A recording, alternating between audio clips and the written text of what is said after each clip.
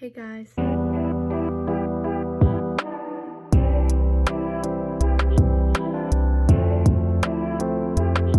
Okay, so today I was gonna post another vlog because I actually have a lot of footage from earlier in the beginning of the year. So I was editing those and planning on posting those along with what I'm about to talk about right now. However, last Sunday, which was almost a week ago, I got in my first car wreck. It was really scary. I'm completely fine. I didn't have any major injuries or anything, just soreness, grogginess, stuff like that. If you guys didn't know, I had a white Chevy Malibu for about a year and a half. I got it when I turned 16, and that car was literally my baby. It is the most expensive thing that I owned. So I took so much care of it and I drove it everywhere. Went to New Mexico twice in it. On Sunday, it had snowed. It snowed a total of like almost 10 inches, I'm pretty sure. At this moment, it was like 7 or 8 inches of snow. I had just gotten done hanging out with my friend. They were leaving to go start dinner, and so I was like, okay, well, I'm just gonna go home. But then I got thirsty, so I was like, okay, well, I'm just gonna go to Sonic real quick on my way home. I never got to Sonic, but I did go there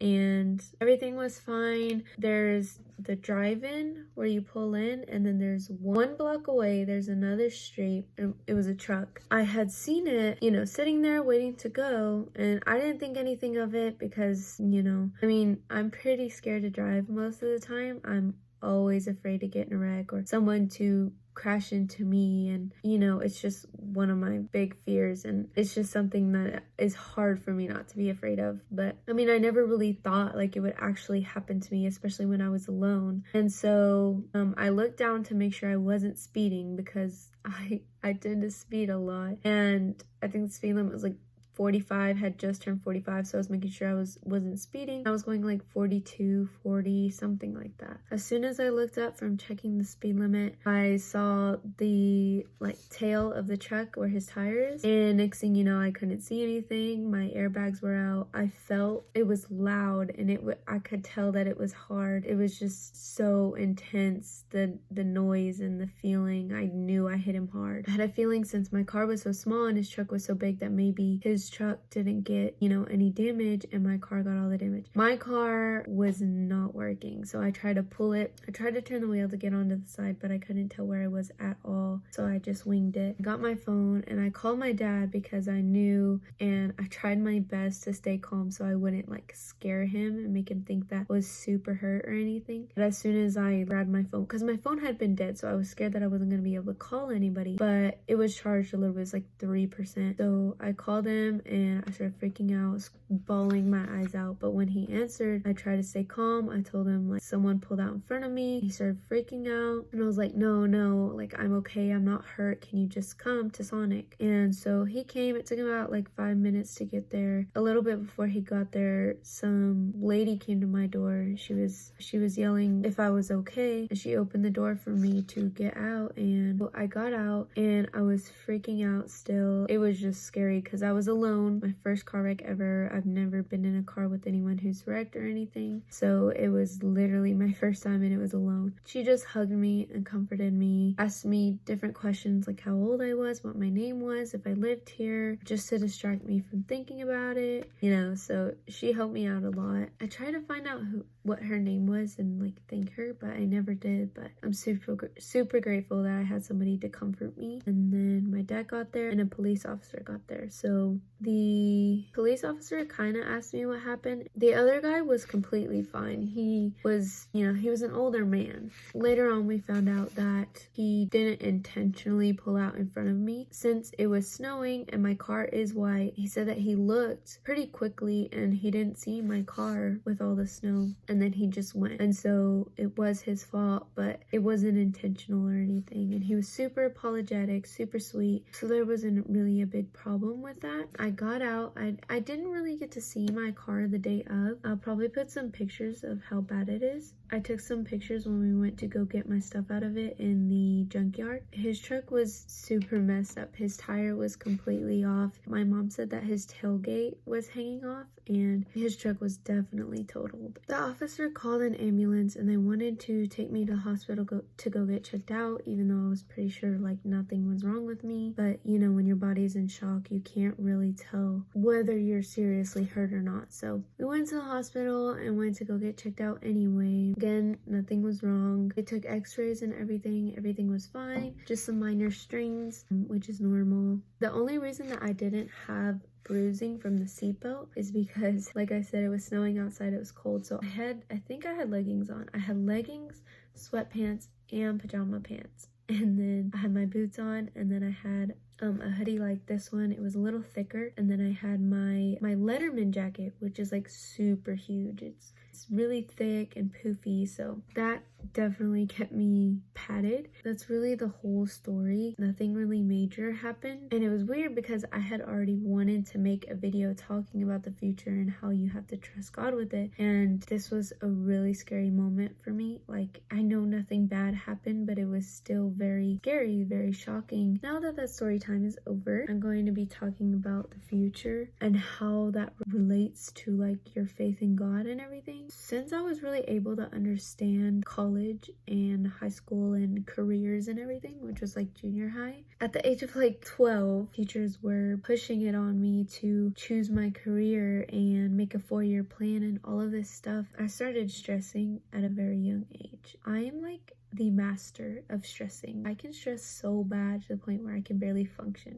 It's not really a problem anymore, but up until like last year, it was really bad. Now, since 7th grade, I've been researching and planning for the future, and at this point in my life, I didn't really know God. I didn't really like trust in him, or I never talked to him, never read the Bible, anything. So I used to stress about the future so much, and I think 7th and 8th grade, they told us to choose. You know, I just thought like a psychologist, and I was also taking into mind pay and everything, which I shouldn't have even been thinking about at 12 years old. So I did a whole bunch of research my 7th and 8th grade year. I just kind of like pushed it aside for a little bit. I was like, okay, well, I still have some time to think about it, you know, maybe I'll change my mind. On pretty much every assessment that they gave us that asked us about careers, I would just put down psychologist or psychiatrist. And then freshman year, I don't think I really thought about anything at all, because freshman year I was in a very bad place. I quit pretty much everything except for cheer. I didn't take any advanced classes. I pretty much did not care about anything. I didn't care to eat. I didn't care to hang out with my friends. You know, I pretty much lost everything, and that is due to family and home problems, along with a bad relationship and some bad friendship. And so freshman year wasn't really freshman year. I would just get through every day. But so the summer before sophomore year, I did not have a care in the world. I had found friends. I started eating. I was healthier. I had my quinceañera that summer, and that brought me a lot of joy. And I started going to the church that I go to now, which is Abiding Life, and I was part of their youth group. The first day I was there, it changed my whole perspective on everything, and I was closer to God than ever. But I was listening and I was feeling things, but when it came down to the moment, I wasn't doing anything to show my faith and to show who God is through me. So I wasn't talking to people about God. I wasn't going to church hardly ever, but I was getting to know God at that point, and everyone there was just so loving, so caring. And I've had very bad experiences with church before I went to that church, and so I was very skeptical about the people and how I would be treated and looked at, and if I was going to get judged, and I absolutely did not, and it was perfect. So after that, my hope started to rise, and at the time, those friends that I had made ended up not being so great. My whole life, I refused to drink and smoke and everything because deep down in my heart, I knew that I wanted to be a Christian. I wanted to follow God, and I wanted to do what was right. Since I wasn't truly living for God and doing things for God, I think I made up with that by being a good kid, by making straight A's, by having perfect attendance, by not drinking, by not smoking, by not breaking any rules, pretty much. Which is a good thing. I was a good kid. I didn't break any rules or anything. But most of my life, like I said, I poured my heart and soul into school and being perfect in school and at home to make up for the fact that I wasn't truly living for God. And I didn't know that at the time. And, I'm finding that out now because now I understand what it is to truly live for God and have a relationship with Him. I still had those friends through all of sophomore year, I'm pretty sure, but we were kind of more distant after that summer. I had also met my boyfriend that summer, and he was a part of that friend group as well, which was why I was friends with them. And the summer before junior year, we kind of drifted away from all of those friends. And I think that it was kind of intentional on both of our parts because Omar did not agree with a lot of things that they were doing, and neither did I. And the guilt that came from that, even though we weren't doing what they were doing, but being around them and feeling as if that was rubbing off on us, kind of brought some guilt, I think. But we ended up just fading away from them that summer. But I was in a really bad place emotionally, I think. Just personally, like it was no one else's fault. It just happened. All of sophomore year, I did stress a lot about my grades, like a lot. Grades had always been a big thing for me also because I was worried about college. Sophomore year, I think that was really a big problem. I think sophomore year was my hardest year. I was also taking dual credit courses, which are college courses that you take during high school. And so I had double the workload on my shoulders. I was also cheering and doing sports, and it was just a lot to carry. I thought that that's what I needed to do to be successful in life, to go to a good college and have good recognition and everything like that, to make a good career for myself. And sophomore year definitely was the most stressful year of my life. And then junior year, I kind of started to realize I don't need to kill myself over this. At the end of junior year, second semester, I lost a lot of weight. I had no motivation for anything. Despite that, I got super close to God. I had lost all of my friends and my boyfriend at the time, and it was like 2 months of that. So my friends were my brother, his best friend, who I do consider my friend, and then one of my friends now, but we used to be a lot closer. And so us four would go out all the time. I would pay for everyone. I spent all of my money, and so I went a little crazy. But then I started to go back to church because I think I did skip a couple of weeks, but I started to go back to church and really get back into it, and I was doing really good. I was gaining the motivation back. At that point, I was in such a good place with my relationship with myself and God that I wasn't really even worrying about school. In the beginning of junior year, I was mainly just applying for scholarships and all of that, so I did stress out for the first part of it, and then it got to the point where I just broke. And that's when everything happened, and I started to grow in God and grow myself. And so since I was not stressing all of the time, I found that my grades were coming out the same. I was still making really good grades, but I wasn't killing myself to make those grades anymore. Last summer, we went to church camp, and it was the best church camp ever. I've talked about it in multiple videos. I took a week away from everything for church camp, and it was amazing. And like, that was probably the least I've ever stressed since I was like 12. It was really something different. After that, I decided I don't know what the future holds. I don't know what college I'm gonna go to, or if I'm gonna go to college. I don't know if I might be a psychologist or not, because that's not my passion. When school started up this year, it was a lot different because of Corona and everything. It was online, so I didn't really have motivation for it, and I was stressing in the very beginning because I was not making like straight A's like I usually do. On my report card, it was still A's, but I was making B's on tests and stuff, so I was freaking out. Once we started back at school, everything started to get better again, and first semester was pretty nice. The only really hard class I have is my college algebra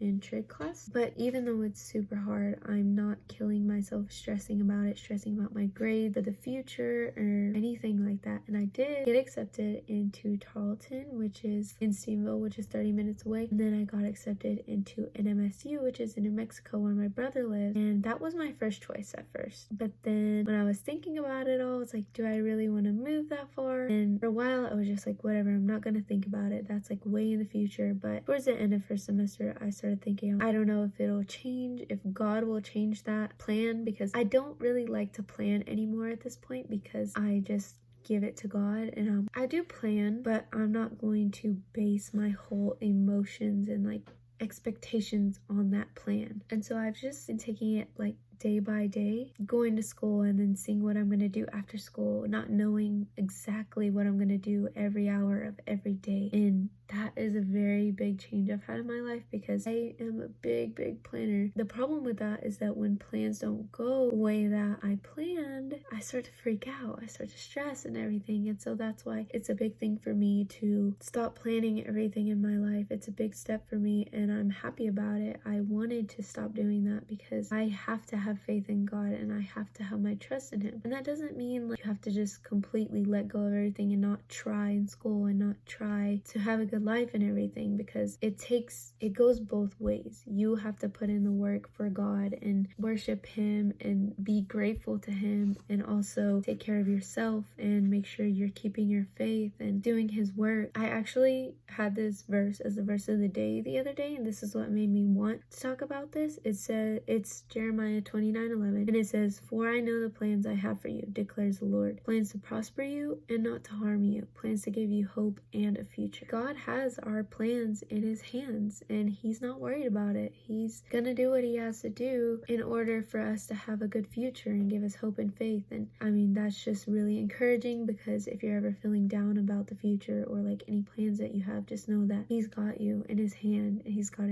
all the plans lined up for you, and no matter how hard you try to avoid it, it's gonna happen. And it even says in Proverbs 19:21, it says, "Many are the plans in a person's heart, but it is the Lord's purpose that prevails." And that just means a lot of people have their own plan. They have their heart set on it, their life set on it, but His purpose is going to prevail. His plan is going to happen no matter what. So just trust in it and just have faith in Him. And I mean, that just helps me a lot to not worry. And the last verses it's Matthew 6, and it was kind of long, so I just pulled a little bit out of it. I'm just going to like summarize it. The whole thing is basically saying to not worry about the things of this world. Don't worry about what you're wearing or what you're gonna eat or what you're gonna do for the next week or how much money you have or anything like that, because in the end, it's not gonna matter. That doesn't mean you can't care about things. That doesn't mean you can't love people and love things and love to do certain things in life, but it just means don't idolize that stuff. Don't idolize money. Don't stress about it. Do not base your happiness and all of your time on those things and trying to prosper in those things, because they don't matter. And at the very end of Matthew 6, it says, "But seek first His kingdom and His righteousness, and all these things will be given to you as well. Therefore, do not worry about tomorrow, for tomorrow will worry about itself. Each day has enough trouble as its own." And that, I think, is probably my favorite verse out of all of these, just because the very last sentence, "each day has enough trouble of its own," is so true. Like, every single day has its problems. Every single day has its ups and downs. And if you worry about every single day of, let's say, a week, if you worry about 7 days and all of the problems in those days, I'm not saying each day is going to be horrible and have a bunch of problems, but I'm just saying, if you worry about that, how are you going to be happy? How are you going to be relaxed and rest in God? It's saying that as long as you seek Him and His kingdom and do the works, all of the things that you want in life will be given to you. God is going to provide for you to live. He's going to give you everything that you need to live, as long as you're worshiping Him and serving Him. And that doesn't mean you're going to have a perfect life. It doesn't mean you're going to have the life that you dreamed of. It means that you're going to have the life that He has given to you and that He has planned for you. It's going to be greater than anything you've ever wanted. And that's all I really got to say, honestly. It's just take it day by day, and don't just rely on yourself. Don't try to get through it by yourself. Pray to God every day, all the time. Read the Bible for encouragement and peace of mind, and just rest in Him, but give Him glory for it. You can't just seek Him and pray for Him in times that are rough. I mean, you're going to be at a point in life where you aren't doing so good, and that's okay, and you can pray to Him and look to Him, but don't only do that when you're in a bad spot. Just seek Him every single day. It's a daily thing. In my youth group, we say it's a daily choice. You have to do it daily. You can't just do it once a week and be like, okay, I'm set for the week. You have to pray to Him every day. Talk to Him, to read His word. You trust in Him, have faith. Just be everything that He wants you to be, and everything's gonna be okay. So don't worry about the future. Don't worry about anything of this world. Just be at peace in Him, rest in Him, and That's all I really gotta say. I've always struggled with planning and worrying about the future, and it's not worth it. It's really not. Do what you love and worship Him and love Him, and it'll be okay. And it's not gonna come easy. So if you don't give up planning all at once, or if you can't change all at once, it's gonna be okay. He can change you. You can't just like change yourself and be perfect. You're never gonna be perfect. He can help change you in a good way to make you less dependent on those plans and on stressing about the future and everything like that. And so I just wanted to talk about that because I want to have sit down talks as well as the fun vlogs and everything like that. I wanted to tell you guys about my rec and everything, and I'm actually supposed to post today. It is the 16th, and I was gonna post the 1st and the 16th, I think, or maybe the 2nd and the 16th. I don't know. Twice a month though, so like every other week. That's really all I have for you guys. If you actually watch my videos and you want to see specific things, or if you have any questions or anything, you can comment on this video, or you can reach me through any of my social media. I always have it listed down below and in my outro. I'll be back in a couple of weeks with probably a vlog, maybe both, a sit down and vlog. I'm not sure yet, but thank you for listening. Thank you for watching. I guess I'll just see you guys in the next one.